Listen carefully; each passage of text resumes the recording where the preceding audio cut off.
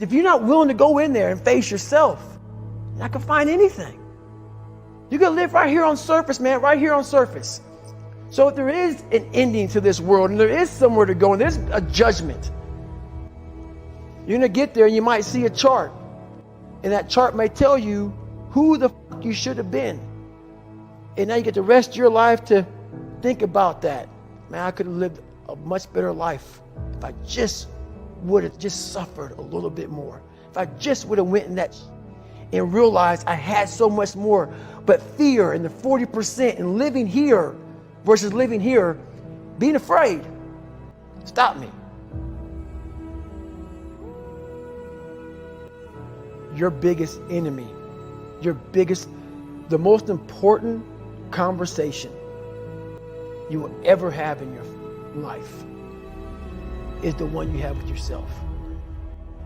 You wake up with it, you walk around with it, you go to bed with it.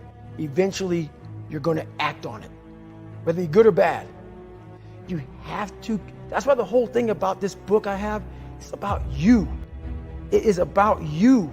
It's strictly about you finding who you are. So many people die, live 100 years, never fucking know who they are. Never know who they are. You have to look in that mirror and know there's so much more in here, man. Because I can literally right now be a 300-pound guy spraying for cockroaches still to this day.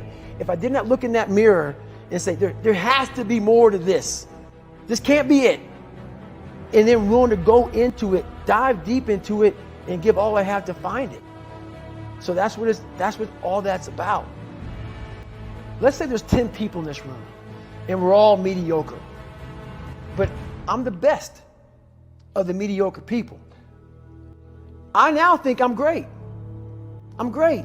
We surround ourselves around people that make us feel great. They tell us what we want to hear. The second we put ourselves amongst the uncommon people, we don't like that feeling, that challenging feeling of that person who's waking up at 3:30 in the morning and say, hey, push your on, we're going for a run. We don't like that challenge. We like that person who says, hey, you know, man, I don't feel good today, man. And they say, oh, it's okay, brother. We'll take a day off, man. We'll get a pizza and watch the game. We like that. We love that feeling. Why? Because you understand, man, we're good, bro. We don't want that motherfuckers like this. Hey, man, no, bro. Get your fucking shit on, man. Stop being a punk. We don't want that in our lives. We don't want that person who's constantly challenging our weaknesses. We want that person who's constantly, making us feel nice and good and secure in ours. That's the mediocrity of life. We want to be the best amongst the average people. People wonder, how do you stay hungry all the time? Because after I accomplish something, I don't sit back like a lot of guys who graduate buds, graduate this, graduate that. They get comfortable. They wonder why I'm getting weak, man. I don't know, I lost my edge. What's going on? Because once you hit the top of the fucking mountain, guess what happened? I'm good. I'm good, so you wonder why you're falling down now. Because once you reach the top of the mountain, you got to build another one. That's mediocrity. There's a lot of people in mediocrity who have a nice resume, but they're one-timers, man. They hit a one-time deal, they busted it open, got a lot of money, but they're good. You're mediocre now, man. What are you fucking doing today, tomorrow, the next fucking day? That's why I don't listen to theorists. I don't listen to all that bullshit. I listen to a motherfucker who's like this, man. What's wrong, man? I'm fucking tired, dude. Why are you tired? Because tomorrow, I gotta do the fucking shit again, man. Whatever this shit is that made me fucking nauseous and sick to my stomach, it made me hurt. There's no ending. And that's the person I listen to. That's the person who's gained knowledge. You gain knowledge through suffering. And on the other end of suffering is a world that very few have ever seen. It's a beautiful world because that's where you find yourself. You don't find yourself in over here. You find yourself on the other end. Like the 100-mile race I was on, I ran it for 24 hours. I found myself on the other end of that race. That 19 hours, I found, wow, there's a whole nother world out here that I've never even saw. But the world's in your mind. And that's what all that mediocrity is about. The mind has the tactical advantage over you at all times. At all times of your life, the mind has a tactical advantage over you. Why is that? It knows what you're afraid of. It knows your insecurities. It knows your deep, dark lies.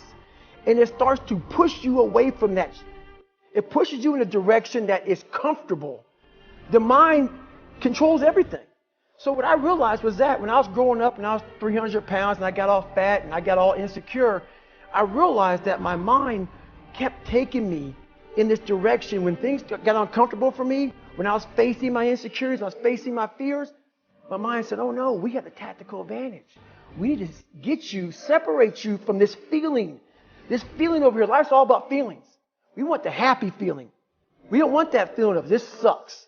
If in that moment you can answer those questions and you are now in charge of your brain versus your brain ruling you, that's where all that stuff comes from. So the 40% rule is all of that. You get to 40%, your brain says, we're done.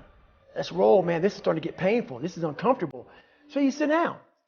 You have to figure out ways, and everybody's different. That's how the book kind of talks about, like we all have these things about, 5 steps to this and 4 steps to this. It's a lot more than that. That's all bullshit. It's a practice that you have to, it's a habit. So if you know that at 40% I'm feeling pain. At 40% I'm feeling pain. That's where the 40% rule kicks in. Now it starts. Okay, I'm feeling pain. My mind's saying all this to me. It's saying get out of here, run, flee. The fight or flight kicks in. Okay, we're done. We're not good enough. It starts telling you all these things. You start to believe it because the mind controls all. This is the time where you have to gain control back of your mind. It's okay. Let me see if I can go 45%. And once you start giving yourself more and more hope, you start realizing, okay, the mind starts to be, okay, what are you doing? We're supposed to be going right, and you're going left. You start then controlling your mind.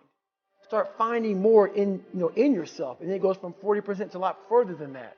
But that's the start of it, though. Get to the spot where your mind is saying stop. Wherever that is, you got to get there first. And then that's when that starts to work for you. You got to control yourself in that moment.